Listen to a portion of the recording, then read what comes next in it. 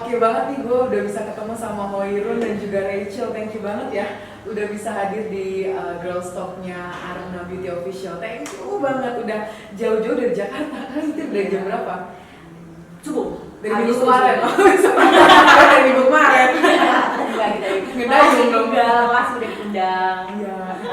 Kita mau nanya nih kan sekarang ini kan kalian nih sedang mendalami sesuatu yang nggak biasa dilakukan oleh perempuan ya. Gue cuma pengen berbagi semangat lo semua berdua peraih beasiswa, which is kita tahu bahwa scholarship hunter is not easy, ya kan? It's not an easy thing. Jadi gue pengen nanya bagaimana langkah kalian kok bisa dapat beasiswa pertama, berada di pekerjaan sekarang, which is kalau Hoirun sendiri sekarang lebih banyak mendedikasikan diri buat Indonesia Timur. Betul. Dan kalau Rachel sekarang lebih ke perminyakan, karena ngambilnya kan engineering ya kalau nggak salah. Yes. Nah, itu gue mau nanya-nanya, gimana perjalanan lo untuk menginspirasi cewek-cewek di Indonesia, wanita-wanita di Indonesia untuk bisa mendapatkan beasiswa. Dari S1 lo kalian dapat beasiswa ya? SMP dari high school ya. Yes. Dari high school, wow, that's great. Nah, maksudnya apa sih yang membuat kalian pada akhirnya memilih jalur beasiswa atau mencari beasiswa pada saat itu? Gue mungkin mulai dari Hoirun dulu ya. Boleh. Gimana? Jadi sebenarnya kenapa sih akhirnya beasiswa itu, karena sebenarnya memang ada satu faktor ekonomi juga gitu kan. Kalau dari orang tua sendiri tuh ya orang tua tuh biasa aja gitu kan. Kita ayah ibuku PNS, ya udah tahu sendiri lah kalau PNS kan berapa sih gitu kan Pak.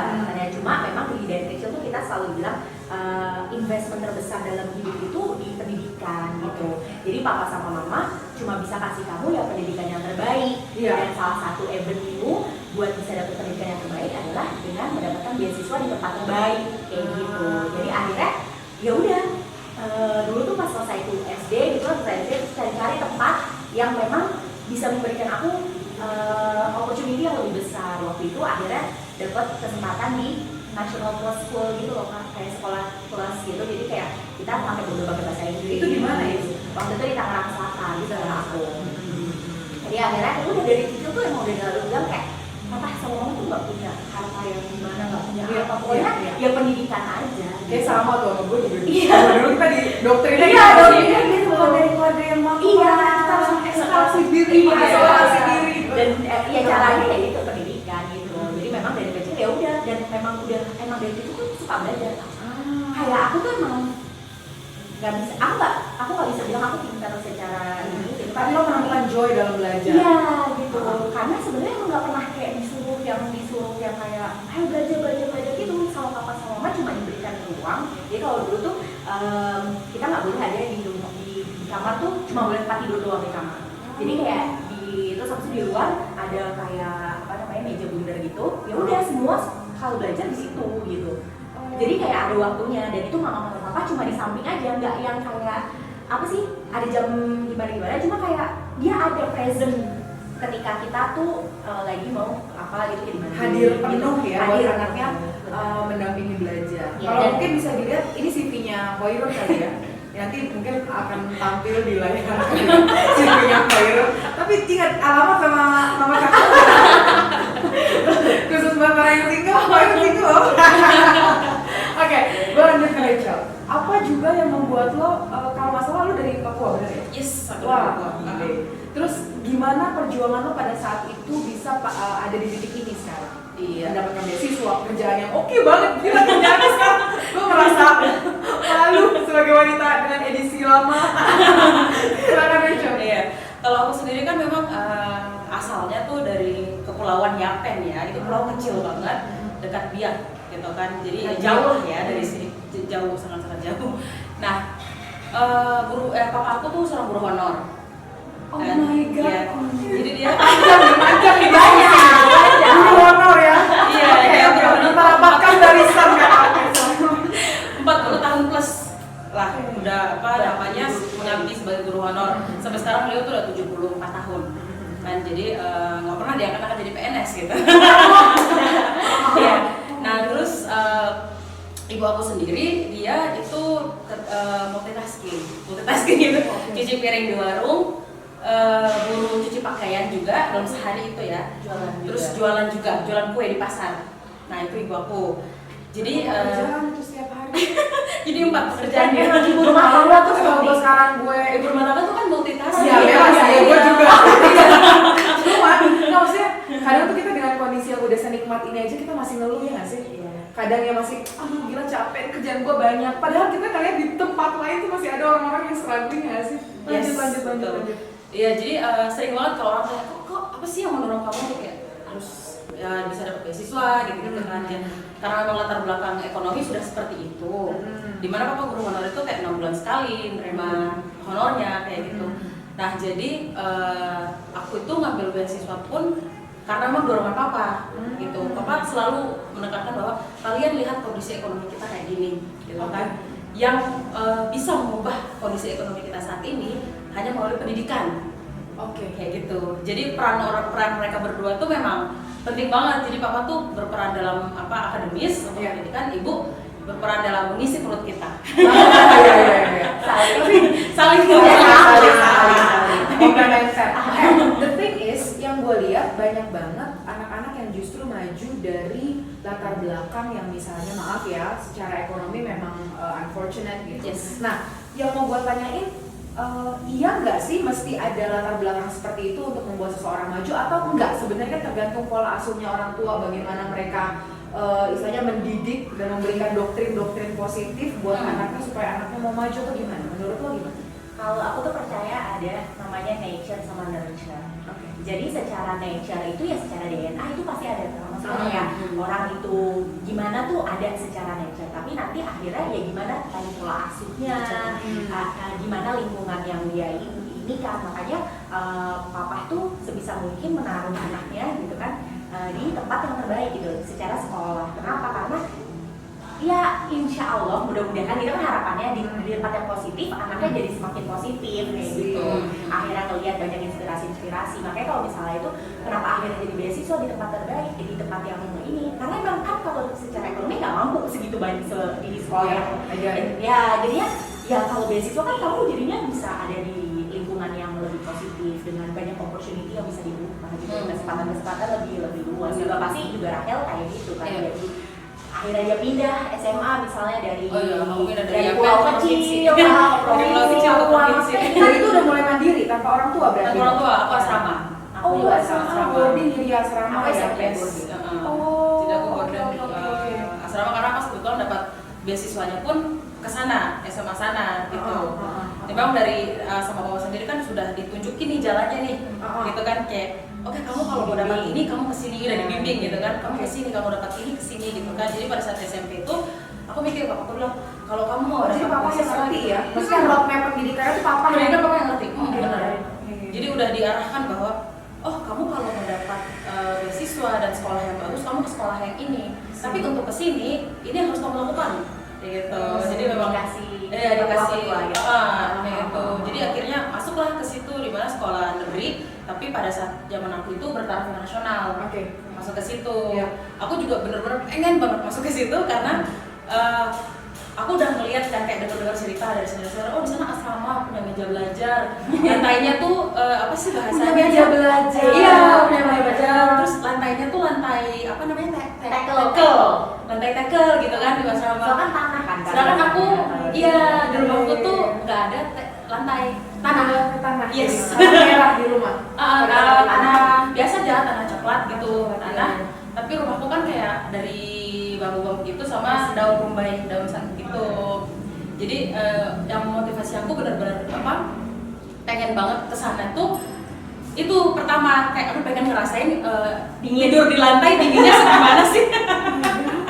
Itu harus bersyukur banget. Bersyukur nikmat tuh. Karena sering main ke tetangga, cuma untuk ngerasain di lantai itu rasanya gimana sih sampai kayak bisa tidur gitu. Jadi itu benar-benar motivasi kayak wah aku harus kesana nih mau ngerasain lantainya sama meja belajarnya. Jadi aku dengar tuh dapat meja belajar sendiri. Terus papa juga sendiri bilang bahwa itu adalah sekolah terbaik. Ketika kamu masuk ke situ banyak opportunity beasiswa. Di mana kamu bisa pilih sekolah kemana aja. Oh nice. Gitu jadi motivasi aku sana. Pertama nih, apa yang membuat kamu akhirnya memilih jurusan yang kamu sekarang tekuni, disiplin ilmunya? Kenapa jurusan itu? Lo kan engineering, lo sendiri dari arts kan, ya saya lingkungan sih ya. Tapi banyak sosiologinya. Sosiologinya, pasti ada ininya mix. Apa yang membuat lo milih jurusan itu dan misalnya apa yang lo lihat dari lingkungan sekitar lo sehingga pada akhirnya oke, kayaknya ini yang bakal gue ambil sebagai jurusan. Terus bagaimana cara lo yang tadinya awalnya pasti dong lo nggak mengenai namanya TOEFL itu apa, TOEIC itu apa, IELTS itu apa, ya nggak sih? Orang-orang sekarang ini banyak yang terkendala karena kesambungnya karena IELTS-nya kurang, ya nggak sih? Kadang kan IELTS yang dibutuhkan sekitar 6,5, 7,5, bahkan ada yang 8. Kayak di Ivy League ya kan, mahal juga kak. Mahal juga, ya mahal. Ya tesnya kan mahal banget dan kalau udah sekali gagal ya udah uangnya hangus ya. Nah, itu apa yang kalian lakukan untuk meminimalisir satu gagal? Karena kan pasti kan kalau udah sekali keluar duit nggak bisa, harusnya mau tes lagi gue mahal lagi gitu kan? Apa yang pada saat itu kalian lakukan? Jadi aku mungkin alhamdulillah banget ya kak sebenarnya. Jadi aku dari SD itu nggak pernah belajar bahasa Inggris yang kayak formal orang-orang lain atau apa. Aku tuh benar-benar kayak tiba-tiba masuk SMP tiba-tiba gurunya ngomong bahasa Inggris kayak gitu. Jadi itu mungkin jadi salah satu kenapa papa atau mama tuh yang selalu bilang kayak tempat terbaik kamu karena bakal banyak banget membuka kesempatan-kesempatan baru gitu, atau tempat yang maksudnya sekolah baik ya, kesempatan baru. Salah satunya adalah akhirnya aku tuh SMP tuh akhirnya jadinya bisa bahasa Inggris gara-gara emang sengaja sekolahnya itu emang full bahasa Inggris kecuali sosialnya karena emang dia national first kan kak. Jadi kayak ya udah aku belajar semua matematika. Jadi nggak in a certain day kamu belajar bahasa Inggris kan, misalnya ada tuh sekolah yang masih cuma menerapkan satu hari bahasa Inggris, tapi nanti emang ada setiap hari. Nah jadi awal-awalnya tuh lucu banget kayak aku ngikutin kan. Karena itu kan gimana ya kak, datang aku kan ya dari keluarga biasa terus datang ke sekolah yang mahal banget terus sama ibu pasnya ya nasional yang mahal gitu kan, dan orang-orang itu beasiswa ya udah biasa aku dapet partial beasiswa di situ. Terus sama itu orang-orang udah bisa bahasa Inggris semua, jadi aku ngikutin, aku selalu duduk di second row gitu di baris kedua sambil ngikutin nih dia kan kayak hi my name is bla bla bla bla you can call me bla, gua catet ya. Terus habis itu pas gua dipanggil akhirnya aku ngikutin gitu. Tapi berarti aku tuh nambah gara-gara dengerin orang banyak kayak ini baru nih, akhirnya aku ini baru. Terus habis itu akhirnya berani. Terus pas lagi IELTS itu sendiri kalau misalnya itu ya memang aku ekstra belajar sendiri sih kak. Aku nggak belajar khusus ya. Aku nggak belajar khusus, tapi aku belajar ngikutin beberapa buku sama kan banyak sampel tes dari internet. Sekarang dunia kan udah soalnya dunia kan udah semakin terbuka. Aku tuh emang nature-nya emang tadi kan aku udah bilang juga emang suka belajar, habis itu juga emang penasaran gitu orangnya. Tapi luckily you are in that era gitu loh. Bagaimana yang mungkin yang sebelum itu yang belum masih 2.0 zaman dulu kan masih susah ya. Kita ngelihat sampel tes gitu. Oh ya, aku juga ada internet. Oh ya. Dari mana? Kalau di Papua? Kalau di Papua zaman aku kan aku di pulau kampung kecil. Tapi caranya gimana pada saat itu belajar bahasa Inggris? Aku kan guru bahasa Inggris. Terus kakakku bukan orang yang lulusan kuliah akademik, nggak ada degree. Tapi beliau tuh suka membaca. Jadi semua yang dia pelajari itu dari hasil baca buku. Jadi kita semua dari SD emang sudah ditanamkan sama papa. Kalau papa tuh beranggapan bahwa bahasa Inggris adalah life skill. Begitu, bahasa Inggris adalah life skill. Jadi mau nggak mau kamu harus bisa supaya itu membantu kamu kemanapun kamu pergi. Jadi emang udah ditanam dari SD udah diajarkan. Oh gitu. Jadi kayak bahasa Inggris udah nggak aneh lagi ketika itu naik lagi ke step selanjutnya, kalian udah kayak nggak asing aja ya. Udah mulai terbiasa dengan itu.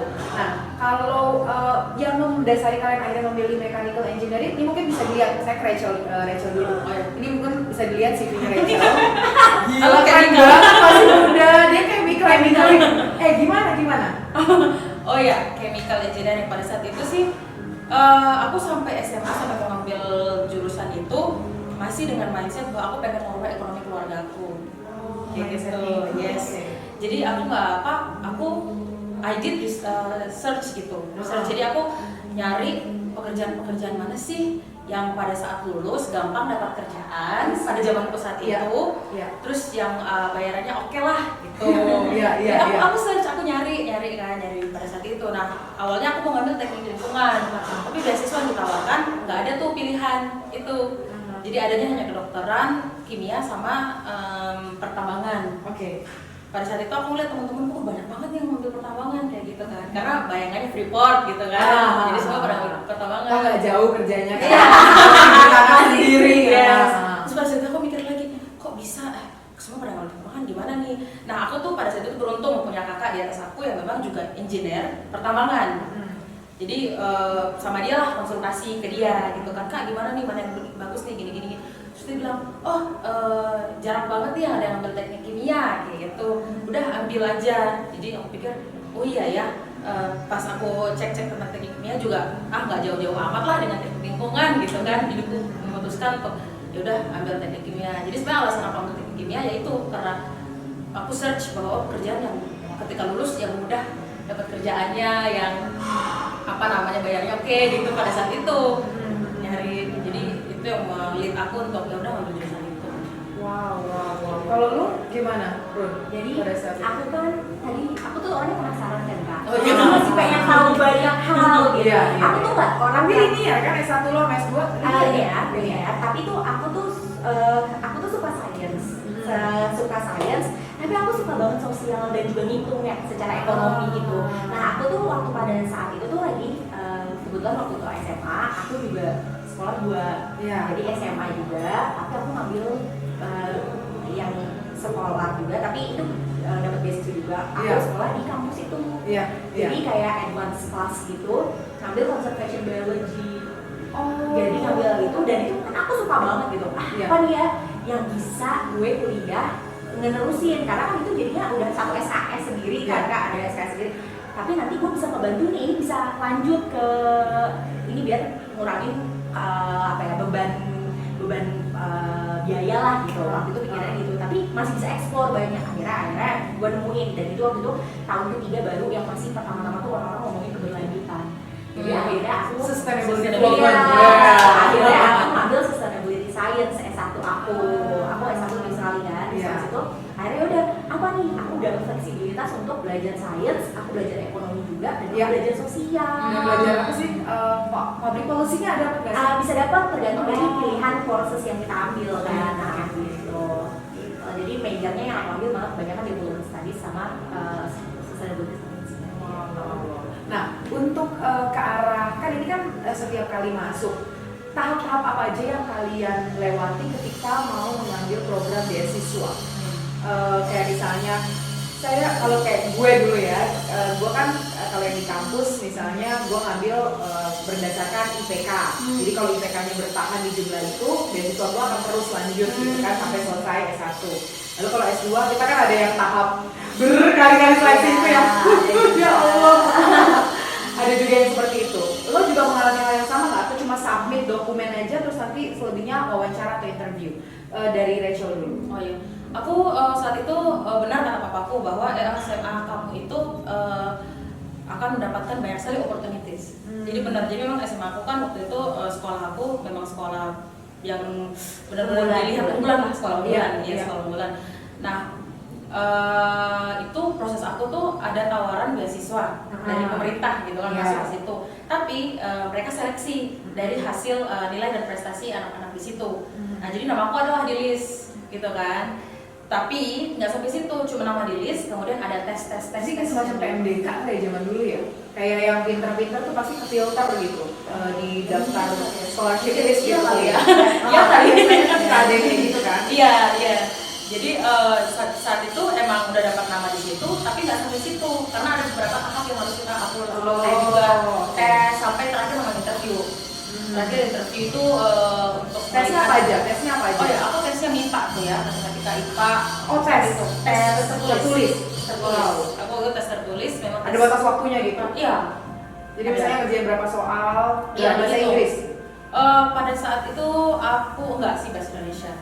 Oh bahasa Indonesia. Yes, bahasa Indonesia. Ngetes dulu itu MIPA, kemudian kalau memang bagus baru masuk dia ke bahasa Inggris. Oke.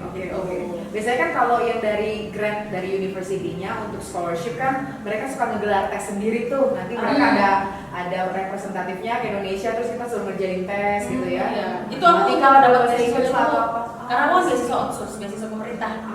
Jadi untuk mendapatkan beasiswa itu aku harus ikut tes itu dulu. Kemudian untuk ke kampusnya baru terakhir ada lagi. Oke. Oh jadi di kampusnya sendiri ada tes lagi ya? Tapi mereka datang kan. Oke.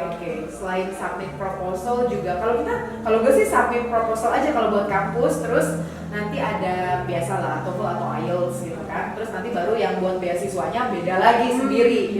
Itu kan juga kayak lo juga ya, tapi untuk S1 kayaknya lo kan bukan yang dari ini ya, bukan yang dari kementerian. Ya bukan dari itu, tapi boleh merek. Aku kayak bingung kita tuh siapa aja ya. Guys. Oke, pemerintah dari beasiswa dari pemerintah. Kalau aku yang satunya kebetulan dari kampusnya. Oh, dari kampusnya. Aku dapat dari kampus, terus habis itu aku juga dapat dari bantuan ya dari beberapa lah pokoknya, beberapa ini dari kampus. Kalau secara ininya sih dari kampus. Kalau itu memang dari nilai SMA sih, nilai SMA. Nah, kebetulan memang apalagi yang bisa ikut tes waktu itu sempat, tapi MIPA biasa aja gitu, sama emang bener-bener hasil dari sekolah aja sih. Nilai sekolah? Kalau boleh tahu berapa sih? Gak berani. Gini, gak berani aku 9,8. Berapa ya? Aku kebetulan kan sekolahnya di Australia, SMA tuh. Oh, SMA di Australia. Jadi maksudnya ya kayak college juga, dia udah gak susah nyesuaiin. Itu beasiswa juga? Yang SMA? Gratis. Ya Tuhan. Jadi kayak kebetulan emang hidup Muna. Nah pas itu udah ini dari sebenarnya lulus gitu ya, kalau nilai dari lulusan aku 94,5. Wow. 95 95 ya, sekitar segitu. Itu sama nilai SMA gue juga sekitar segitu. Iya. 88 loh. Ini toxic friend. 9. Jangan kata sumatin saja. Tapi apa yang lo rasakan berbeda dari how you are educated in Australia sama di Indonesia? How you were educated there and here? Beda. Nah, karena mungkin sistemnya juga berbeda kan Kak. Sistem udah berbeda. Terus juga memang mereka kan lebih advance secara sistem gitu kan, daripada maksudnya kalau kan salah satu sistem terbesar dan terjelimet di seluruh dunia kan Indonesia kan populasinya banyak, demografi lah segala macam. Nah, kalau di sana itu diberikan fleksibilitas dan responsibility terhadap studentnya untuk memilih apa yang mereka mau explore. Jadi penjurusan dari kelas berapa? penjurusan itu di SMA nggak ada penjurusan. Tapi ada ini Kak, ada kayak ya kamu bakal di akhir itu kamu bakal major apa, minor apa, itu ada. Tapi itu emang macemnya banyak banget. Jadi misalnya jadi gini, salah satunya akhirnya aku belajar bahwa kita itu dari sebisa mungkin dan sedini mungkin tahu kapasitas dan kapabilitas kita, bisa mengukur diri kita sendiri bagaimana. Kenapa? Karena waktu pas lagi kuliah itu bukan kayak pas sebelumnya aja, pas SMA itu aku udah disuruh memilih untuk ngambil matematika mau level berapa, 1, 2, atau 3. Apakah kamu bisa? Kamu dan 3. Gila, differentiated learning banget ya. Jadi benar-benar learning at the right level gitu. Jadi sesuai sama kemampuan tuh. Karena it's learning tadi, lo nggak mau anak murid lo jadinya terpaksa ya kan? Dan itu memang dan itu responsibility. Kenapa? Karena ini kan anak udah yang adult atau udah masuk di udah mau dewasa, bisa memilih bisa bijak dalam memilih. Betul. Jadi memang pas lagi itu kebetulan aku sekolahnya itu bisa pilih langsung kuliah atau bisa vokasi atau SMK atau vocational school gitu kan. Jadi ya udah, yang penting di akhir itu kamu bisa dapat 20 unit atau kalau bisa vokasi doang kamu 16 unit aja cukup. Akhirnya bisa kuliah kayak gitu Kak. Jadi maksudnya dari kecil aja udah kayak oke, aku apa kalau yang biasa aja yang cuma vokasi ini dulu ya udah general aja, dari level 1 aja ngambil level 3 aja ngambil matematikanya, nggak perlu jadi level 1.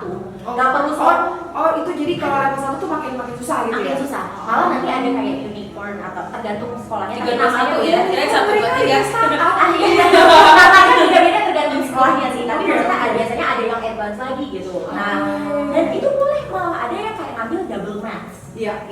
Dan itu ya beda lagi, maksudnya. Tapi emang sih bener ya. Gue akuin ya, maksudnya gue sekolah komunikasi tapi spesifikasi gue AI kan. Jadi kita bisa nyebrang ke mechanical engineering gitu. Dan di sana tuh kita diberikan keleluasan untuk itu gitu loh. Dan responsibility itu penting sih Kak. Kepercayaan terhadap anak buah bahwa anak itu bisa memilih Apa akan ke yang depannya disuka. bakal gimana dan sukanya apa, Betul. ya dari kecil gitu. Gila. Benar. Jadi itu Inspiring itu banget. sih menurut aku yang bikin akhirnya apa ya, lebih ya itu tadi critical, kenapa why. Jadi ada kenapa sih gue ngambil itu akhirnya gitu. Nah dan satu lagi sih memang ada advisor kan, academic advisor dari aku Oke. SMA itu kita ada setiap semester baru kita mau nggak boleh skip. Oke, mesti Walaupun ketemu dia dulu. harus ketemu. Iya. Harus ketemu kenapa ngomongin kamu tuh sukanya apa, maunya gimana. Iya. Ya udah berarti kamu punya pilihan A B C. Kamu mau pilih yang mana? Kalau mau kamu mau Dan lo ngerasa kehadirannya cukup membantu. betul. Oh, nice. Karena akhirnya di mentor kan. Yes. Ah iya. Dan akhirnya Oke. di Indonesia itu masih kurang mentoring. Nah itu juga kemarin tuh, gue juga dalam proyek pendidikan sekarang tuh lagi menekankan tuh Guru sebaya BK. ya mentor. Minimal guru BK yang harus Guru BK, ya, iya. guru BK. Iya. Dan kita mulai Harus kayak lebih ada aktif. sistem yang kayak anak lebih yang senior untuk ngobrol ke junior dalam hal-hal casual gitu, itu tuh ada juga. Jadi maksudnya Oh, iya benar, kayak dan mentor. iya, dan kelasnya tuh boleh kelas 10, 11, 12 tuh campur. Yang 12 11 nggak harus kamu itu, nggak ada beberapa kelas yang nggak bisa diambil yang di luar. Misal anak junior nggak bisa ngambil itu, tapi ada beberapa kelas yang emang campur. Iya. Karena elektif kan, jadi kayak mau boleh. Nice sih, keren banget. Oke, kalau untuk Rachel sendiri gimana? Kan kayak apa ya, lo sempat ngalamin cultural shock nggak di sana? Karena kan lo belajar langsung ke China kan? Langsung ke China, terus apakah mengalami juga harus belajar yang bilingual? Ada bahasa Chinanya juga, ada Englishnya juga, atau full English? Aku full English ya. Oh, full English, oh, iya. Iya. Jadi apa namanya, karena sekolah aku kan memang yang SMA itu kan satu-satunya pertarungan internasional pada saat itu. Ah. Jadi kita memang semuanya pakai bahasa Inggris. Oke. Dengan sampai pas kelas 3 memang diwajibkan pilih mau ngambil apa. Karena hanya IPA. Iya. Jadi aku emang ngambil kimia. Karena aku sudah suka kimia dari SMP. Oke. Gitu. Jadi emang berurutan. Jadi SMP kimia, pas SMA juga aku ngambilnya spesifik kimia gitu.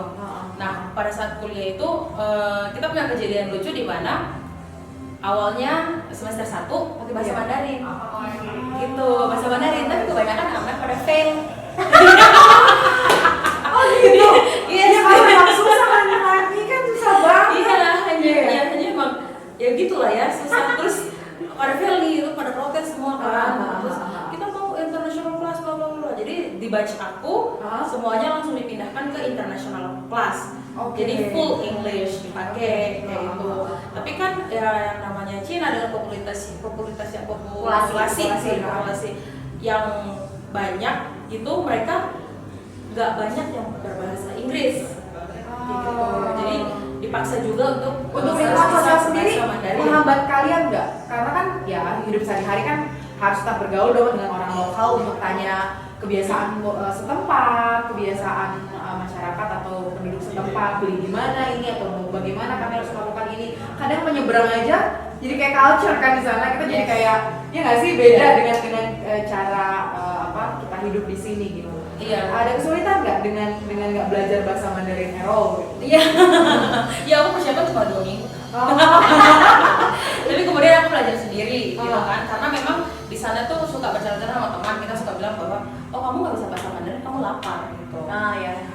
Karena susah mau apapun semua tuh pakai bahasa Mandarin. Jadi memang harus belajar sendiri. Memang aku ngambil kayak belajar sendiri bahasa sehari-hari yang dimana benar-benar bisa menolong aku kayak gitu. Spoken lah ya. Jadi kayak transportation apapun itu. Tapi jadi bisa nih, akhirnya bisa nih kalau bahasa Mandarin. Wah. Coba. Kasih contoh aja sedikit aja bahasanya. 我现在可以说汉语了，弹射一点可以。 Apa artinya gue belum? Ya gue bilang, aku sekarang tuh bisa bahasa Mandarin, yes, tapi karena udah lama ya bisa lah. Oh gitu. Ingat ya sedikit. Masih ingat lah sedikit-sedikit. Keren. Nah, terus menjalani di sana. Biasanya kalau program beasiswa seperti itu, lo ada tuntutan nilai. Jadi kita nggak boleh nilai bisa di bawah GPA berapa, gitu kan ya? Ada ya semacam tuntutan lebih lah dari anak-anak yang mungkin tidak melalui jalur scholarship. Itu kalian gimana maintain belajarnya, pola belajarnya? Sempet nggak lo kena apa ya, hustle culture atau toxic productivity yang tidurnya tuh cuma 4 jam dan selebihnya itu baca jurnal gimana caranya lo ngasilin paper yang oke. Pernah nggak ada di fase itu? Pernah di semester terakhir. Jadi semua kita kelas semua nih. Iya pasti. Iya. Gimana ceritain deh. Aku pernah sih, karena kalau program beasiswa aku tuh kita tanda tangan kontrak. Jadi ada kontrak yang kita tanda tangani di mana harus lulus sepanjang 4 tahun itu. Lebih daripada itu Bayar sendiri, bayar atau sendiri, cabut? atau cabut, Oke. biasanya dicabut gitu kan. Nah, itu tantangan juga untuk bertanggung jawab Iya. atas ya apa yang udah Pilihan. diberikan. Yes, Iya. pilihan yang udah kamu ambil dan apa Iya. yang udah diberikan ke kita gitu Iya. kan. Nah, sepanjang kuliah tuh memang tantangannya itu gitu. Iya. Tapi apa namanya, pengalaman untuk tadi ya tidur berapa jam segala macam Iya. sering banget kita Iya, alami sering. gitu Iya, ya. iya. Sering, karena kan jurusan aku teknik kimia, Ah. dimana ya kita punya apa namanya habiskan waktu kebanyakan di lab dan harus buat laporan Iya. segala macam gitu. Iya. Dan sering banget ngalamin itu, dan dimana teknik kimia itu kan memang susah ya. Iya. Aku 2014 tuh sempat sampai sakit mah gitu Iya, karena iya. stres. Ini semua nih. Iya, sakit mah sampai masuk rumah sakit karena stres kayak gitu. Itu aku pas tahu orang tua aku, pas tahu kakakku, aku sakit tapi hanya diketawain itu doang. kan hanya diketawain itu adalah bentuk moral. Iya. Itu mah cuma stres doang Ketawain, gitu iya, kan. iya. Itu jangan diambil stres gini. Susah banget. Gimana gak stres gue? Susah Iya. banget. Kalau lu sendiri gimana? Lu pernah ada di fase itu yang tidur tuh? Kalau gue pribadi, gue sempat kecanduan kafein. Saking pada saat itu gue ngerasa harus ngasih performance akademis yang bagus gitu. Karena pokoknya nilai gue mesti seragam, nggak boleh ada nilai di luar huruf itu. ya. Perfeksionis banget. Pas tes kejiwaan gue perfeksionis level 5. Ini level berapa ya?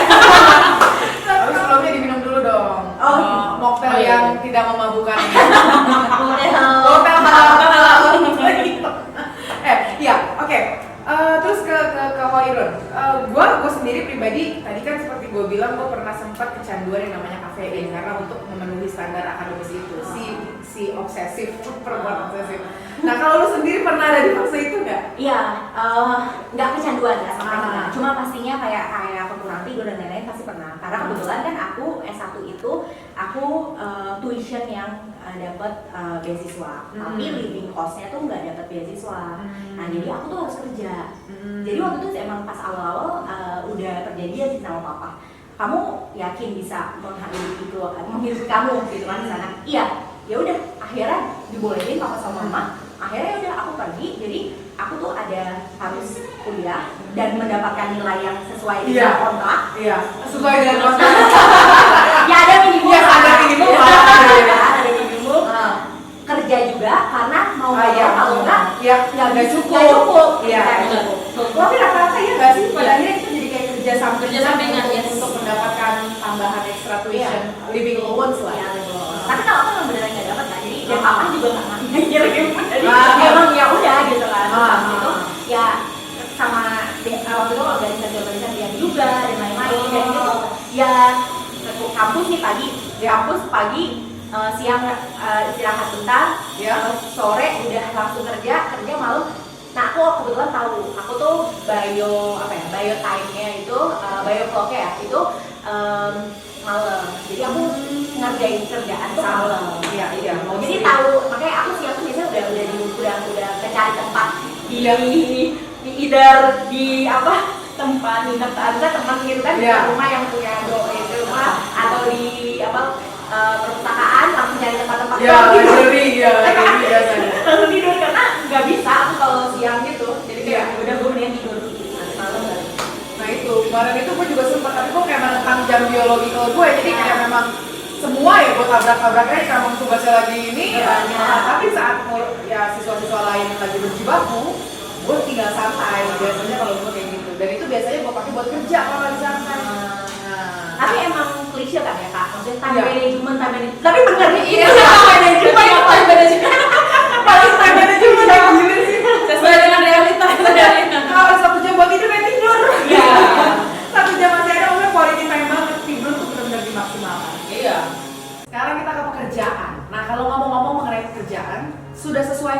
dengan passion yang kalian punya saat ini, pekerjaan kalian, dan sudah mencukupi secara lahir dan batin. Kan kalau kita perempuan gitu, ada biaya ekstra, pakai lipstick, gitu ya. Ngomong lipstick, mohon maaf nih guys. Oh iya, Nah, enggak. oh iya, harus coba ini nih. Ini namanya Arna. Kalian udah pernah nyoba belum? Kalau belum nih, bentuknya lucu banget gak sih? Iya. Jadi ini kayak banget sih. Itu kayak apa sih? Ya compact banget. Compact banget ya. Jadi terus ini tuh jadi bahan dasarnya emang bahan dasar madu dan kalian tuh ini nggak lengket. Jadi pas kalian apply di bibir kayak gini, ini tuh sama sekali tidak lengket guys. Gitu. Jadi ini Dan tahan lama ya. dan ini bisa sekaligus lip tint kan kalian pada ribet nggak mau pakai lipstick kan? Iya. Ini aja disuruh boleh sabar pakai lipstick. Iya. Ini udah berfungsi untuk melembabkan, moisturizing dan juga bisa pakai lip tint. Nah ini produknya Arna. Kalau ini buat perawatan hari-hari, jadi kalian bisa nge-scrub bibir-bibir yang Bisa kering. mempertebal tapi juga. filler. Soalnya. Itu filler. Tapi ini basically ini enak. Kalian nanti bisa coba. Maka silakan nanti bisa coba ya. Oke. Nah, untuk ininya, kalau tadi ke pekerjaan sendiri, gimana tuh, Run? Lu sekarang ini sudah menemukan pekerjaan. Kalau lu kan kalau nggak salah mendedikasikan diri lu sekarang ini untuk pengembangan SDM di Papua ya, gitu dari satu program lo itu. Nggak apa-apa ceritain aja, Mbak Sandra. Jadi memang ini salah satu hal yang satu passion juga, salah satu sebagai bukti bahwa pengabdian juga sih sebenarnya juga kan Kak. Aku kan S2 juga alhamdulillah dapat beasiswa. Iya. Jadi Sama. dari pemerintah Indonesia. Dan salah satunya adalah ada pertanyaan yang selalu membuat aku tuh merasa berhutang. Kita berhutang lah, kan? Iya, Gitu. bener banget gak sih? Berhutang. Profesi yang kita pilih sekarang karena kita ngerasa berhutang sama negara, kita harus kembaliin ini kepada negara. Dan dalam bentuk banyak hal lah ya, Yes, dalam yes. dari passion atau bentuk yang kita bisa lakukan. Nah salah satunya memang dari awal itu aku ceritanya waktu pas kuliah S1 segala macam belajar tentang sustainability dan lain-lain tuh aku juga nemu sesuatu yang baru yaitu bisnis gitu. Bisnis yang berkelanjutan gitu. Bisnis yang berkelanjutan gimana akhirnya ngecek-ngecek terus habis itu akhirnya juga ngulik banyak ikut beberapa course di luar dari kuliah. Iya. Social enterprise baru lah segala macam. Kita melakukan usaha sosial gitu, usaha yang baik untuk masyarakat, baik juga untuk bumi gitu. Yes. Nah salah satunya akhirnya itu yang aku tulis pada saat mungkin tadi kan nanya dokumen apa nih yang disiapin ya, proposal kita untuk disiapin, mendapatkan betul. beasiswa. Betul. Salah satu kan esai dan Yes, salah satunya adalah apa yang akan kamu lakukan setelah kamu kuliah gitu. Yes. Nah ini salah satunya ini dan aku alhamdulillah banget mendapatkan kesempatan dan juga kepercayaan lah untuk akhirnya bisa bangun ini bareng teman-teman aku gitu. Yang juga ada sih yang lulusan alumni sama juga kayak dari beasiswa yang sama gitu. Akhirnya udah bangun ini. Akhirnya kita fokuskan untuk membangun ekosistem yang berkelanjutan bagi pemuda-pemuda dalam hal Pemuda-pemuda di Papua. Indonesia Timur sih. Indonesia Kita Timur. udah ekspansi juga dan dalam hal entrepreneurship atau kewirausahaan. Jadi kita menjadi teman bertumbuh bersama gitu. Teman bertumbuh bersama. Jadi ada beberapa yang UMKM, teman-teman yang misal itu kita ada training, ada kita memberikan akses kepada modal juga, produk permodalan juga loh? Iya. Terus pelatihan kayak untuk mereka menggunakan aplikasi digital kali ya? Ya, beberapa pelatihan macam-macam gitu. Kita alhamdulillahnya kalau tadi udah mencukupi ya, alhamdulillah cukup Ya, tergantung kita bersyukur ya. Cukup. Yang penting bisa beli lips. Cukup itu kan beda-beda setiap Betul, orang. betul. Dan bentuknya berapa sih kayak beda-beda. Nah kalau untuk diri aku alhamdulillah cukup dan bisa berkelanjutan juga untuk aku karena ya kan kita pengennya juga nggak nyusahin. Pokoknya intinya sebenarnya kalau secara ini lah pengennya sebenarnya bermanfaat bagi orang lain juga kan. Dan cara pertama untuk itu ya nggak nyusahin diri sendiri kan. Jadi ya udah akhirnya gitu. Jadi aku sekarang fokusnya di situ. Jadi kita ada di Ternate, kita ada program di Ternate di Papua Barat dan Papua. Ternate, Papua Barat dan Papua. Sulawesi udah mulai menjangkau belum? Iya, Ternate. Emang Sulawesi ya deket oh ya. Gitu. Jadi banyak sih Kak yang kita lakuin gitu. Oke.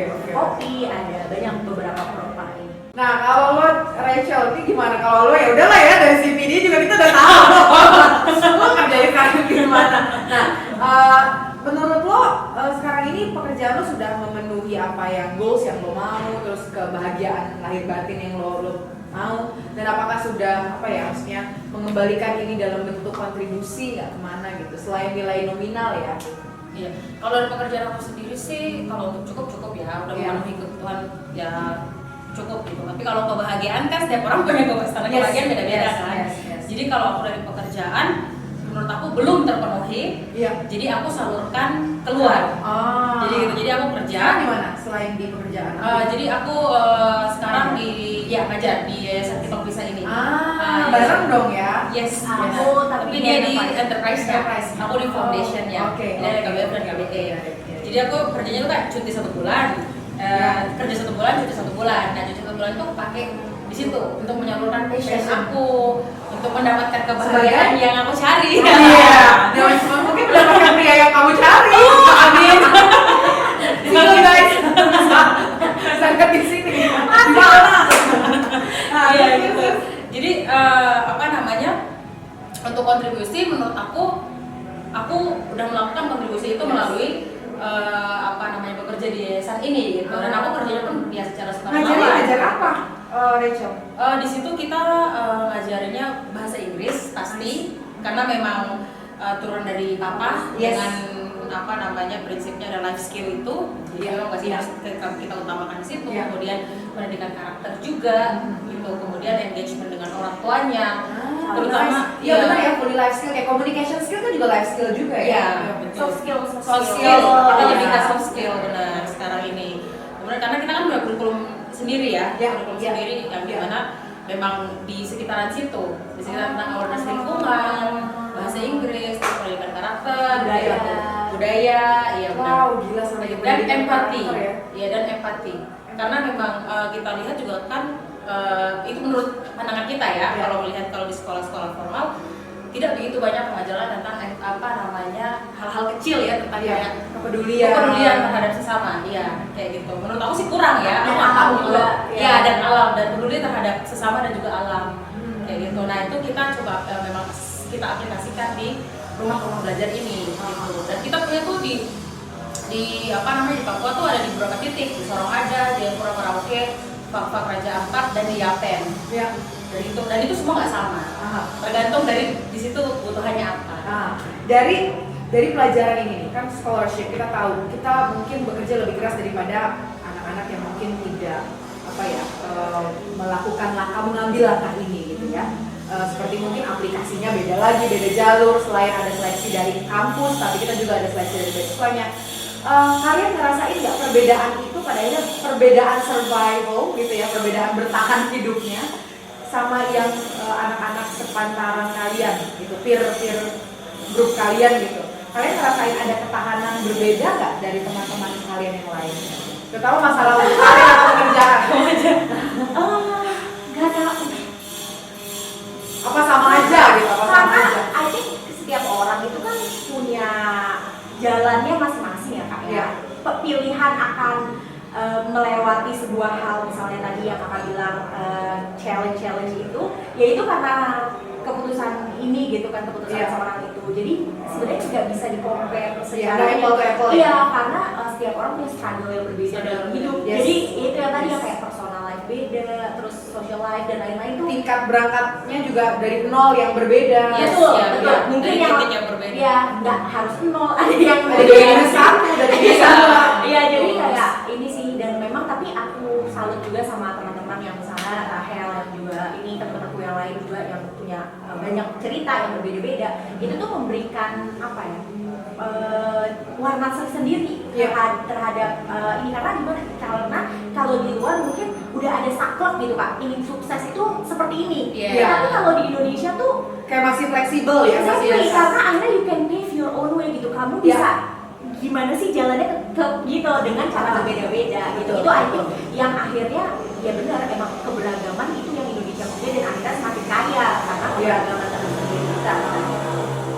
Nah, kalau kalian sendiri ngerasa sebagai perempuan yang sudah biasa mandiri gitu ya, punya istilahnya punya karir sendiri, untuk memilih pasangan hidup, apakah kalian lebih memilih juga gitu ya? Sekarang kan kalian ada tipe perempuan yang tahu apa yang mau kalian lakuin gitu kan, tahu apa yang kalian mau.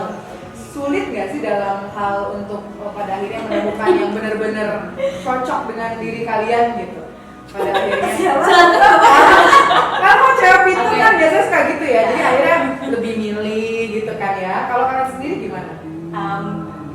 Ya mungkin iya kan Kak, karena kan kita gimana ya, mungkin ada beberapa orang kan pasti yang bilang ngapain sih sekolah tinggi-tinggi. Iya. Kan? Nanti akhirnya bukan di dapur. Iya. Ya nggak apa-apa juga. Nggak apa-apa juga, di dapur kan juga butuh otak. Iya. Ngomong sih saya. Gak apa-apa. Ya, kadang juga gitu kan. Karena aku sekarang sebagai ibu, ngapain sekolah tinggi-tinggi tuh jadi ibu? Lah, emang ibu kan boleh pintar. Ibu kan juga pintar. Ibu tuh adalah dunia pertama anak, emosi mama. Ya jadi kreasi itu berkreasi kan bisa di mana aja gitu, berkarya, maksud berkarya itu bisa dalam bentuk apapun. Aku sih memang pengen banget punya terus berkarir gitu, terus berkarir dalam hal. Jadi suami juga yang boleh nanti membolehkan kamu berkarya. Iya, aku tuh pengennya lebih ke partner sih Kak. Pengennya punya partner hidup gitu, partner hidup dalam hal ya saling support. Iya. Dan emang kan berkeluarga atau misalnya itu kan pasti kan ada komprominya kan, Iya, Kak, ada ya, negosiasi dan lain-lain. Oke. Aku serasa ya kalau sevisi dan ini kan bisa saling mendukung lah gitu. Jadi ya ngerti lo passionnya di mana, pengennya berkontribusi di mana. betul, dan maksudnya saling pengertian. Dan satu lagi misalnya emang lebih milih ya emang harus milih perempuan gitu kan. Kenapa? Karena kamu kan bakal Menjalani hidup dengan maksudnya dari itu masak sama itu kamu kan nggak mau menyiksa diri kamu Iya, sendiri. betul. Jadi sebenarnya dan nanti malah jadi pengennya kan kalau di agama aku kan maksudnya kayak apa namanya dunia dan akhirat lah gitu. Iya. Kan pengennya kan Iya. belajar akhirat dan pasti kalau di agama lain juga pasti pengennya Iya. terus gitu. Ya Iya. kan pengennya berkah di mana ya. Iya. Dengan step awalnya kamu memilih partner yang bisa bareng-bareng bisa satu bareng-bareng. visi, Iya, gitu, sevisi. saling mendukung. Betul. Sevisi juga dalam ibadah ya kan, ini kan juga Apa? kontribusi Iya. buat negara kan Betul, ibadah betul, juga. betul, Iya betul, sih. ibadah. Rachel, kamu Iya. gimana? Kalau aku, iya kesulitan memilih pasangan. Gak apa-apa, single sekali lagi. Gimana? Kalau aku sih karena sama seperti Ipung ya, Iya. apa namanya, kita mencari partner. Iya. Apalagi aku memang ditanamkan sama papa, untuk aku sama adikku cewek, memang ditanamkan sama kakakku juga si cowok bahwa Iya. pendidikan anak itu dimulai dari bagaimana kamu memilih pasangan. Yes. Kayak gitu. Dari awal udah. Gitu. Iya. Jadi papa memang bilang bahwa kalau kamu punya keluarga yang baik, punya anak yang baik nanti cari pasangan partner yang memang juga punya level thinking sama dengan kamu atau lebih Spektrum lah, Yes. bibit bebek bobot gitu Betul, ya, Kak. iya. Karena kayak kita apa sih kayak pemikiran orang zaman dulu tuh, oh iya baru-barunya tuh ketika kita ngejalanin sendiri. Jadi papa tuh selalu bilang bahwa papa sama mama sih bilang bahwa jangan melihat penghasilannya dia, pekerjaannya dia, tapi melihat dari karakter dan cara berpikirnya dia. Ya. Oke. Gitu. Karena kamu hidup dengan cara berpikirnya dia, bukan penghasilannya dia. Iya, gitu. iya. Karena kalau cara berpikirnya dia di atas kamu atau sama dengan kamu, untuk keuangan atau apapun itu akan datang dengan sendirinya dengan bagaimana kalian memikirkan itu. Setuju. Kayak gitu. Jadi memang saat ini juga kita lebih ke situ. Cuma terkadang orang salah nangkep bahwa karena kalian mencari Milih selevel gajinya. gajinya Ya, kamu level gajinya yang bisa selevel selevel posisinya sama selevel dengan posisi enggak. kan kita sebenarnya enggak iya. Ah. Kita lebih hanya mencari bahwa kita mencari partner yang mempunyai level thinking sama dengan kita atau di Bapak atas gajinya kita. kecil, yang penting cukup semuanya. Oh iya, buat beli. Ya kalau nggak besok mau liburan langsung tinggal. Harus cukup ya. Kak, percuma kalau gajinya besar, Iya. tapi cara berpikirnya beda dengan kita. Iya. Besok anak mendidik kayak gimana? Kalau kita punya berpikir cara Iya. mengambil keputusan atau berpikir yang berbeda. Iya benar. Udah nggak sama. Betul. Percuma ya punya Iya, gaji besar. jadi tetap ya, nggak apa-apa gaji besar, yang penting cukup semua. Iya, cukup lagi. Gue beli skincare, cukup. Oke, kalau untuk ini sendiri, bagaimana kamu menyemangati teman-teman lain yang mungkin ingin berkarir ya sesuai dengan passion mereka, teman-teman yang mungkin pengen meraih beasiswa, tapi sekarang ini mandek karena ada pemahaman bahwa yang beasiswa cuma buat anak-anak yang pintar doang. I myself itu gue merasa gue nggak pintar, tapi gue adalah orang yang nggak pintar. gue rasa orang yang beruntung berada di waktu yang tepat gitu. Mungkin kalau waktu elemen XYZ-nya berbeda, iya. gue mungkin menjadi orang yang nggak beruntung dan nggak mendapatkan kesempatan itu gitu. Kalau lo sendiri bagaimana lo memberikan pesan dan pesan ya terutama buat teman-teman yang masih pengen meraih beasiswa dan mengejar pekerjaan sesuai dengan passion, tapi mereka tuh udah kayak mandek duluan gitu loh sama pikiran mereka sendiri. Kalian gimana? Ya udah. Oke, kerja keras, doa. Itu Kerja keras, doa. itu benar-benar kepercayaan bahwa iya itu gila banget lah Gila pokoknya. banget, ya. Karena nggak bakal mengecewakan kok semua kerja keras kamu. Iya. Walaupun udah yang kamu lewati terus gagal, aku pun pernah gagal gitu. Iya, sama. Maksudnya Orang kan lihat cerita suksesnya doang, cerita suksesnya terus doang. beasiswa berapa kali? Aku kalau misalnya cerita Iya. beasiswa apa aja, Yang gagal mungkin banyak. bisa Banyak gagal, bisa episode banyak gitu kan. Iya, Gitu. Jadi malah ya itu tadi kerja keras berapa kali. Tapi aku tuh percaya banget untuk memvisualisasikan dream kita. Mimpi kita tuh harus divisualisasikan. Nah aku tuh orang yang emang dari dulu tuh diajarin sama mama di bawah doa, di bawah mimpi. Ya, Maksudnya mimpinya tuh mimpi sepatah- gratis kok. Iya, Iya, di bawah bener. mimpi. Nah, jadi dulu tuh aku gini mama sama aku ditulis nanti dibaca setiap pagi. Kayak gitu. Nah, jadinya Jadi kayak sugesti ya, iya. sugesti terus-terusan. Nah, itu salah satunya. Cuma kalau misalnya untuk pesan-pesan ke teman-teman ya ya maksudnya klise mungkin ya, tanpa menyerah dan lain-lain. Cuma memang susah tapi ya harus dilewati dan itu kesempatan untuk jadi pemuda di waktu kita dan di umur kita itu tuh nggak bakal terulang kembali kesempatan itu. Jadi ketika kamu punya kesempatan itu ya seize it gitu. Ya kamu harus ambil karena itu sebenarnya opportunity banget buat jadi pemuda. Itu tuh udah luar biasa gitu kan gitu. Nah sekarang gue kalau misalnya disuruh gue kalau mikir-mikir lagi kayak tidur jam ini, gue gak bisa nih gak tidur 3 hari. Sekarang badan gue udah gak kuat gitu. Gue merasa kuat banget ya gue merasa kuat. Berkurang jam tidur. Terus mana dia? Iya. Itu sih kak, dan ya doa orang tua. Yes, Itu yes, bener-bener berkah yang luar Iya. biasa. Itu lo ngerasain banget Iya, sih. keberuntungan emang faktor yang luar biasa juga kak. Yes. Faktor beruntung. Iya, Gue waktu iya. itu tadi pagi gue lagi di jalan ngobrol sama Rahel kayak, iya gue merasa gue beruntung banget. Iya kayak hari kita suka belajar dan bilang kayak emang dapat berkah dari Tuhan gitu. Iya, Kan benar. berkah dari Tuhan. Lewat apa mungkin orang tua kita melakukan hal-hal baik kepada orang sekitar, doa-doa mereka, kita juga gitu-gitu lah kak. Pokoknya ya pokoknya peluang menjadi pemuda tuh gak pulang lagi. Jadi ayo Iya. semangat. Iya. Jangan terkalahkan oleh pikiran kamu iya sendiri. cuma sekali udah Siap. langsung jalan gitu. Iya. Ayo gitu. Yes. Kalau Rachel atau Rachel sendiri gimana? Rachel. Si kayak luar negeri gimana? Iya. Kalau aku sih yang sering aku pesankan ya, terutama aku juga ngajar anak-anak yang dari kampung kan. Iya. Aku pesankan ke mereka bahwa apalagi anak-anak yang SMA terutama itu jangan pernah takut untuk mencoba apapun yang ada di situ, dicoba gitu. And then take all the opportunities yang ada di depan kamu tuh ambil aja.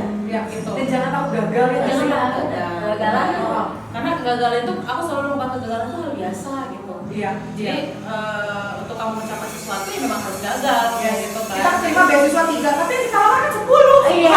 Yang 7 gagal.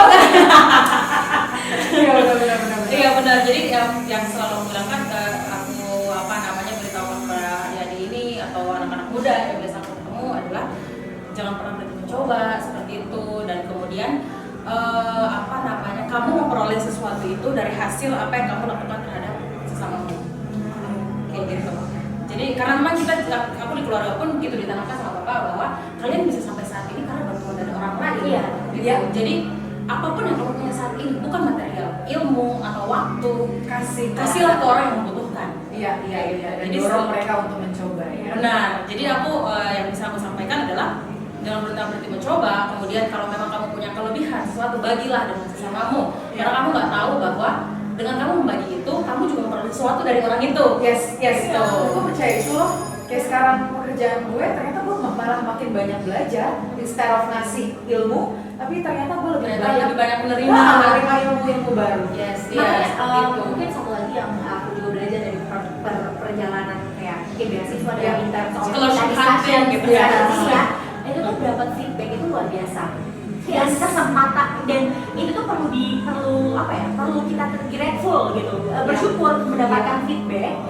Karena ketika kita selalu menjadi benar itu malah jadinya kita bisa jadi kayak soto yang bisa jadi sombong. Itu malah hal-hal yang kita nggak Benar, benar. Nah ketika Ngerasa berilmu kan juga sebenarnya kita jadi nggak bisa kayak gelas penuh, mau diisi lagi, iya, luber ilmunya keluar semua. jadi ketika ada kegagalan ya malah bagus itu ada, tapi kan kita harus reflect lagi apa gitu kan, dan dapat feedback kan jadinya, jadi kita bisa menjadi orang yang lebih baik lagi. Yes, yes, Gitu. Dan yes. mungkin kalau di Indonesia tuh emang takut kan Kak untuk dapat feedback, atau Iya. apa takut gagal tuh tadi itu dapat Iya. feedback yang harsh atau apa udah lah. Iya, iya, iya. Karena mungkin real Kayak world, saya- cobain real workforce yang kita Iya, real real world workforce. tuh lebih parah. Iya. Mungkin bukan dikasih feedback lagi, tapi dipecat. Itu lebih SP1 atau SP3. Itu lebih menyedihkan kan Kak? Lebih Iya. baik dikasih feedback ya. Mumpung lagi bisa memperbaiki diri, feedback itu jauh lebih bagus ya nggak sih? Iya. Oke. Aku mau nambahin satu yang terakhir. Tadi dibilang bahwa oh beasiswa ini paling buat untuk anak-anak yang pintar aja ya, gitu kan. Satu hal yang mau aku sampaikan bahwa nggak beasiswa itu bukan saja hanya untuk anak yang pintar, Iya. gitu, tapi untuk anak yang rajin.